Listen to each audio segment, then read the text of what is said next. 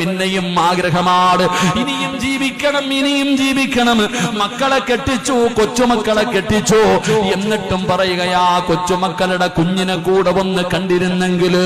എന്റെ പ്രിയപ്പെട്ടവരെ, ആഗ്രഹമാണ്, വല്ലാത്ത ആഗ്രഹമാണ്. മരിക്കാൻ താല്പര്യമില്ല, മരണത്തെ ആഗ്രഹിക്കുന്നില്ല, മരണത്തെ കുറിച്ച് പറയുന്നത് പോലും ഇഷ്ടമല്ല. പടച്ചവനെ, മരിച്ച വീട്ടിൽ പോലും പലരും പോകാറില്ല. കാരണം നമ്മൾ വെറുക്കുകയാണ്, നമ്മളത് പറയുന്നത് കേൾക്കാൻ ആഗ്രഹിക്കാത്തവരാ. അതുകൊണ്ട് എന്റെ പ്രിയപ്പെട്ടവരോട് പറയുകയാണ്, എത്ര ആഗ്രഹിച്ചാലും എന്തെല്ലാം ചെയ്താലും ഖാബുൽ അർവാഹു മലക്ക് അസ്റായീൽ എന്ന് പറയുന്ന മലക്ക് വരേണ്ട സമയത്ത് വരും ബാപ്പാ. ഒരു നിമിഷം അങ്ങോട്ടോ ഇങ്ങോട്ടോ മാറാറില്ല.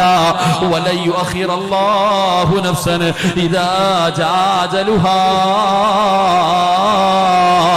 വല്ലാഹു ഖബീറും ബിമാ തഅമലൂൻ. ഒരു നിമിഷം പോലും മാറാറില്ല പെങ്ങളെ. കറക്റ്റ് സമയത്ത് എത്തേണ്ട സമയത്ത് ഒരു മിനിറ്റ് പോലും മുണ്ടാതെ പിന്താതെ ആ മരണം നിന്നെ തേടി വരുമെന്ന് പരിശുദ്ധമായ ഖുർആൻ എവിടെന്ന് പറയുമ്പോ, എന്റെ പ്രിയപ്പെട്ടവരെ, മനുഷ്യന്റെ ആഗ്രഹം ഇതാണ്. ഞാൻ എന്തിനാ ഇത് പറഞ്ഞതെന്നറിയുമോ? ജീവിച്ചിരിക്കുന്നവരുടെ ആഗ്രഹമാണ് ഞാൻ ഈ പറഞ്ഞത്, ജീവിച്ചിരിക്കുന്ന നമ്മുടെ ആഗ്രഹമാണ് ഞാൻ ഈ പറഞ്ഞത്. എന്നാ ഇതുപോലെ മരിച്ചു പോയവർക്കും ചില ആഗ്രഹമുണ്ടെന്ന് നബി മുഹമ്മദ് മുസ്തഫ